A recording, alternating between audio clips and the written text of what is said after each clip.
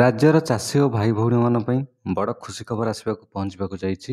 ଆପଣମାନଙ୍କର ରାଜ୍ୟ ସରକାରଙ୍କ ତରଫରୁ ଥରେ ଧାନର MSP ଉପରେ ଆପଣଙ୍କର 69 ଟଙ୍କା ବା ପ୍ରତି MSP ଉପରେ ଆପଣମାନେ ଯେଉଁ 3100 ଟଙ୍କା ପାଉଥିଲେ 3169 ଟଙ୍କା ଆପଣମାନେ ଏବେ ପାଇପାରିବେ।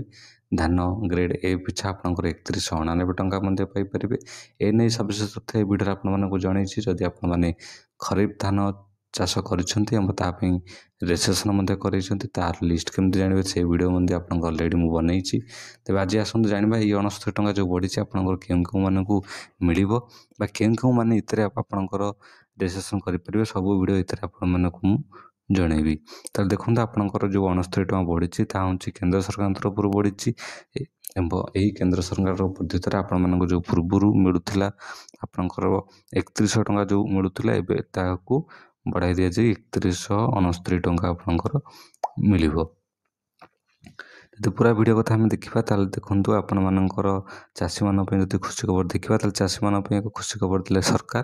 ଚଳିତ ଖରିଫ ଋତୁରେ ଧାନ କୁଇଣ୍ଟାଲ ପିଛା 69 ଟଙ୍କା ଅଧିକ ଦେବେ ସରକାର ଏବଂ ବର୍ଦ୍ଧିତ MSP ଅନୁଯାୟୀ ଚାଷୀଙ୍କୁ 69 ଟଙ୍କା ଦେବେ ରାଜ୍ୟ ସରକାର।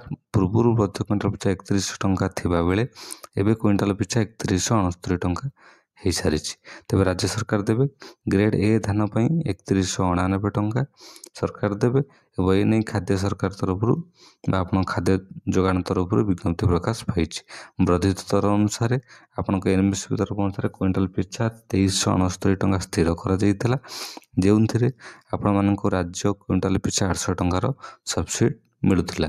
ଯଦି ଆପଣମାନେ ପୂର୍ବରୁ ଜାଣିଥିବେ ଯେ ଆପଣମାନଙ୍କୁ 3100 ଟଙ୍କା ଦିଆଯାଉଥିଲା, ଯେଉଁଥିରେ ଆପଣମାନଙ୍କର 800 ଟଙ୍କାର ସବସିଡ଼ି ୟୁନିଟ୍ ମିଳୁଥିଲା କେନ୍ଦ୍ର ତରଫରୁ ଏବଂ 2300 ଟଙ୍କାର ସବସିଡ଼ି ମିଳୁଥିଲା ଆପଣଙ୍କର କେନ୍ଦ୍ର ସରକାରଙ୍କ ତରଫରୁ। ରାଜ୍ୟ ସରକାର 800 ଟଙ୍କା ରାଜ୍ୟ ସରକାରଙ୍କ ତରଫରୁ, କିନ୍ତୁ ଏଇଥିରେ ଆପଣ ଯେଉଁ 3100 ଟଙ୍କା ପାଉଥିଲେ ଏବେ 69 ଟଙ୍କା ବା ପାଖାପାଖି 70 ଟଙ୍କା ଆପଣମାନଙ୍କର ବଢ଼ାଇ ଦିଆଯାଇଛି। ଆପଣଙ୍କୁ ପ୍ରତି ମେମ୍ବର ପିଛା ବା ପ୍ରତି କୁଇଣ୍ଟାଲ ପିଛା ଆପଣଙ୍କୁ 3170 ଟଙ୍କା ଏବେ ମିଳିବାକୁ ଯାଉଛି। ଏ ଥିଲା ଆପଣମାନଙ୍କ ପାଇଁ ବଡ଼ ଅପଡ଼େଟ୍ ଯେଉଁଟା ଆପଣମାନଙ୍କୁ ମୁଁ ଜଣେଇଲି। ଯଦି ଆପଣମାନେ ଖରିଫ ଋତୁ ପାଇଁ ଧାନ ମଣ୍ଡି ରେଜିଷ୍ଟ୍ରେସନ୍ କରିଛନ୍ତି ତାହେଲେ ତା ପାଇଁ ମଧ୍ୟ ଭିଡ଼ିଓ ମୁଁ ବନେଇ ସାରିଛି। ଆପଣମାନେ ଚ୍ୟାନେଲକୁ ଚାହିଁ ସେ ଭିଡ଼ିଓଟି ଦେଖି ଦିଅନ୍ତୁ ଏବଂ ଆପଣଙ୍କର ନାମ ଲିଷ୍ଟରେ ଅଛି ନା ନାହିଁ ସେଇଟା ମଧ୍ୟ ଆପଣ ଚେକ୍ କରିପାରିବେ। ସେଠି କେତେ କୁଇଣ୍ଟାଲ ଆପଣଙ୍କୁ ମିଳିବ ସେଇଟା ମଧ୍ୟ ଆପଣମାନେ ଜାଣିପାରିବେ। ସେ ଭିଡ଼ିଓ ଅଲରେଡ଼ି ଦେଖନ୍ତୁ ଏବଂ ଏହି ଧାନ କୁଇଣ୍ଟାଲ ପିଛା ଯଦି ଆପଣମାନେ କୌଣସି କମେଣ୍ଟ ଅଛି ସେଟା ମଧ୍ୟ ଆପଣମାନେ କହିପାରିବେ।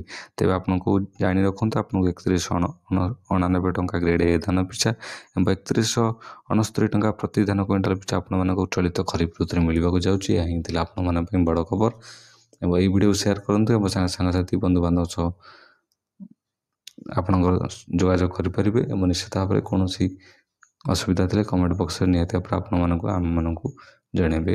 ଆମେ ଆପଣମାନଙ୍କର ସବୁ ପ୍ରକାର ପ୍ରଶ୍ନର ଉତ୍ତର ଦେବୁ ଏବଂ ଏହି ଚ୍ୟାନେଲ ସହ ଯୋଡ଼ି ରୁହନ୍ତୁ ସମସ୍ତ ସରକାରୀ ଯୋଜନାର ତଥ୍ୟ ଜାଣିବା ପାଇଁ। ଧନ୍ୟବାଦ।